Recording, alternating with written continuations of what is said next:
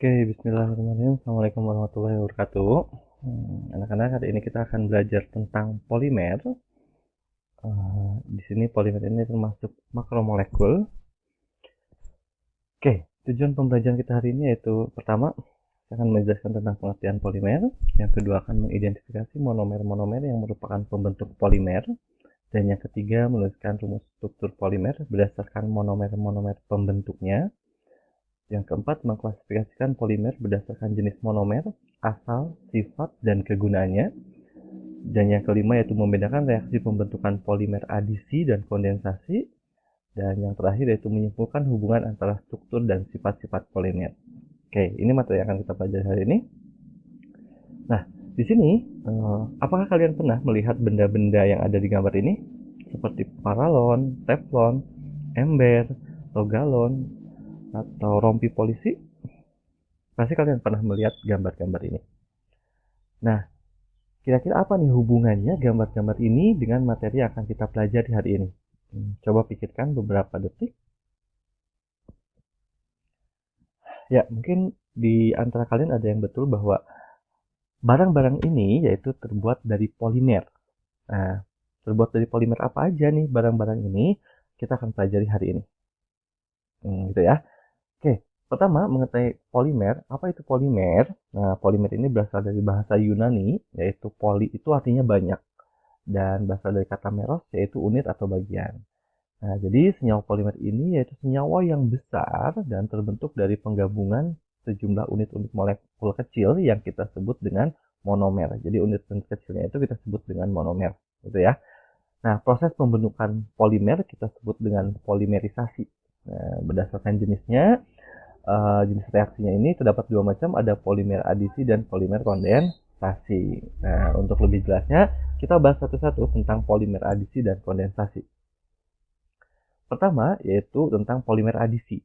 Nah, polimer adisi ini dia punya ciri khas dari polimer ini tuh yaitu termasuk senyawa tak jenuh atau alkena, artinya dia punya rangkap dua gitu. Jadi nama polimernya pasti di depannya diberi nama poli gitu. Jadi polialkena artinya poli yang mengandung senyawa alkena gitu. Dan reaksi umumnya itu seperti ini. Artinya tadinya rangkap dua. Nah, nanti rangkap dua yaitu si monomernya. Jadi monomer alkenanya rangkap dua. Nanti dia ketika jadi polimer, nah rangkap dua ini akan pecah. Nah, untuk detailnya nanti kita bahas di reaksi ya. Sehingga menjadi polialkenanya seperti ini. Jadi rangkap duanya dia pecah jadi tunggal. Nah, ini umumnya reaksi adisi seperti ini. Nah, ini contoh-contohnya yang melalui proses polimerisasi adisi. Yang pertama ada pembentukan polietena atau PE, itu dari etena. Nah, etena ini dia akan menjadi polietena. Nah, gimana prosesnya etena bisa menjadi polietena? Kita jelaskan di rangkaian reaksinya atau tahapan reaksi adisinya, sehingga awalnya jadi tadinya etena, CH2 rangkap 2 CH2, dia bisa menjadi polietena. Nah, artinya rangkaian polietena tuh panjang seperti ini, rangkaian CH2 CH2 CH2 ini, atau kita sedang kadang menuliskannya seperti ini, ada tanda kurung siku-siku, ikatannya, terus ada simbol N. Nah, ini artinya menunjukkan polimer gitu. Jadi artinya rantai panjang yang sangat panjang itu ada siku, tanda siku kurang 2 dan N gitu. Terus yang kedua, nah ada pembentukan polipropilena gitu. Nah, ini juga sama, dia akan memutuskan ikatan rangkapnya gitu. Ikatan rangkap ini akan putus gitu. Jadi seperti ini gitu. Oke, nah begitupun dengan pembentukan poliisoprena. Poliisoprena ini yaitu senyawa yang ada di karet alam. Nah, jadi senyawa karet alam ini berasal dari 2 metil 1,3 butadiena. Artinya ada rangkap duanya ada 2 ya, butadiena gitu. Jadi ketika rangkap duanya ada 2 buah, nah rangkap 2 ini pertama yang rangkap 2 ini dia akan pecah satu elektron ke sini, satu elektron ke sini, tuh kan?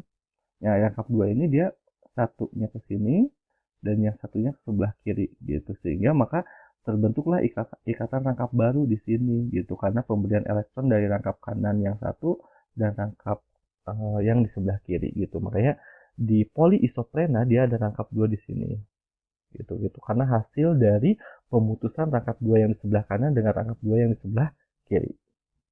Oke, seperti itu pembentukan poliisoprena ataupun pembentukan karet alam.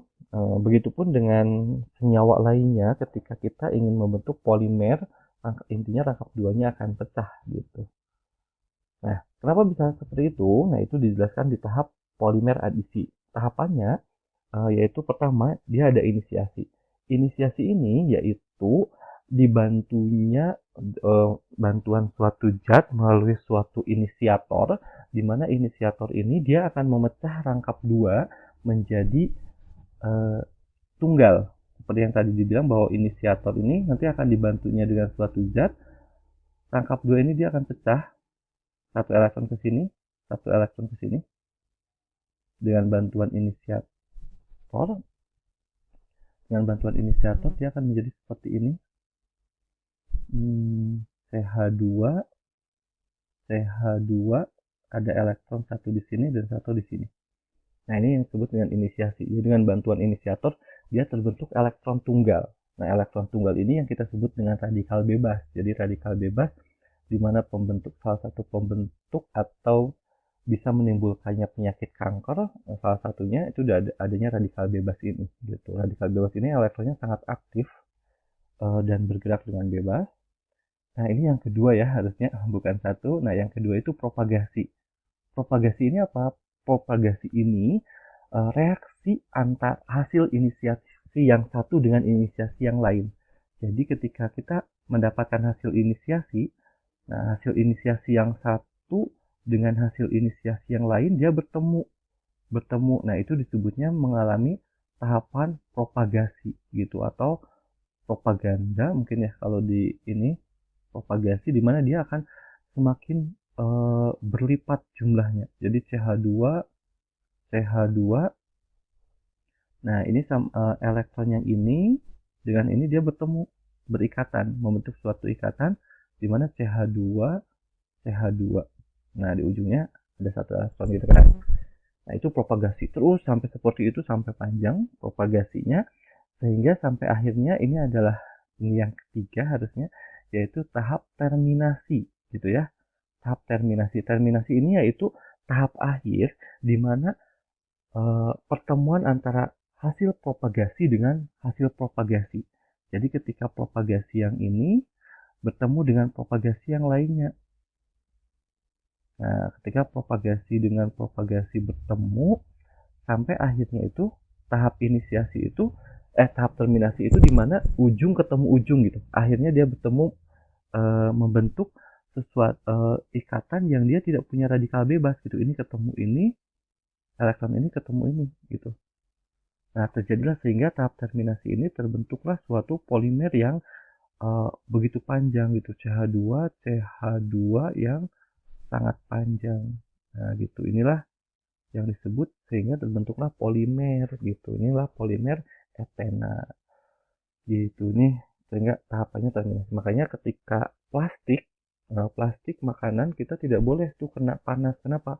Karena kalau plastik yang tidak tahan panas itu bisa memungkinkan terjadinya reaksi balik dari terminasi ini ke propagasi atau inisiasi, artinya ada terjadinya pemecahan ikatan sehingga terbentuknya radikal bebas. Nah, radikal bebas ini salah satu penyebab kanker. Oke, video polimer adisi sampai sini. Kita lanjutkan di video selanjutnya.